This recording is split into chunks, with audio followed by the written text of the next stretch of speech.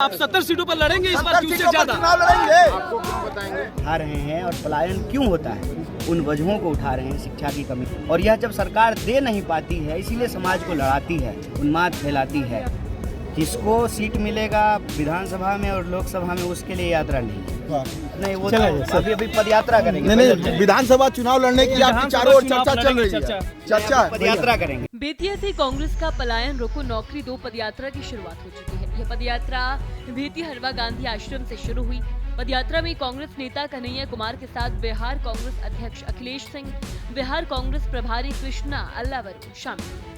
ये यात्रा आज से शुरू हुई है जो पटना 24 अप्रैल को पहुंचेगी। वहीं यात्रा के दौरान कांग्रेस नेता कन्हैया कुमार ने सरकार पर जमकर निशाना साधा। उन्होंने कहा, बिहार में पलायन हो रहा है, उसे रोकने के लिए यात्रा है। बेरोजगार युवकों को रोजगार दिलाने की ये यात्रा है। कन्हैया कुमार ने सरकार पर हमला बोलते हुए कहा कि लव लेटर लीक नहीं होता है, लेकिन परीक्षा के प्रश्न पत्र लीक हो जाते हैं।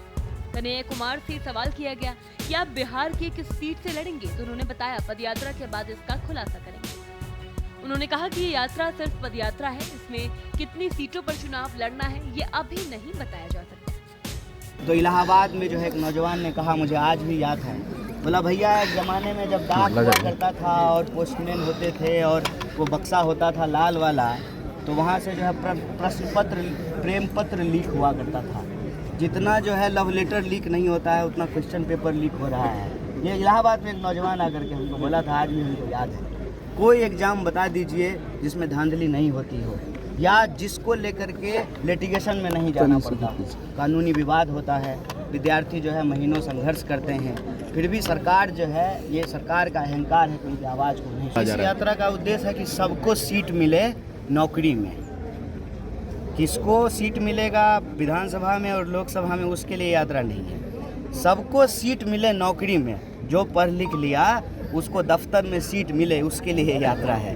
तो आपसे भी मेरा निवेदन है कि यह यात्रा का जो उद्देश्य साफ साफ है कि हम पलायन के सवाल को उठा रहे हैं, और पलायन क्यों होता है उन वजहों को उठा रहे हैं। शिक्षा की कमी से, रोजगार की कमी से, स्वास्थ्य की कमी से, और यह जब सरकार दे नहीं पाती है इसीलिए समाज को लड़ाती है, उन्माद फैलाती है, इसीलिए जो है लोगों को भड़काया जाता है। तो बिहार को अगर बेहतर बनाना है तो बिहार की जो युवा शक्ति है उसको काम देना पड़ेगा, रोजगार देना पड़ेगा। यही इस यात्रा का मोटो है, यही इस यात्रा का उद्देश्य है। विधानसभा चुनाव लड़िएगा इस बार? नहीं, वो तो अभी पद यात्रा करेंगे। नहीं, विधानसभा चुनाव लड़ने की आपकी चारों ओर चर्चा चल रही है। चर्चा पद यात्रा करेंगे। लेकिन अब सवाल है कि कांग्रेस कितने सीटों पर चुनाव लड़ेगी। फिलहाल तो अभी ये पत्ता कांग्रेस ने नहीं खोला।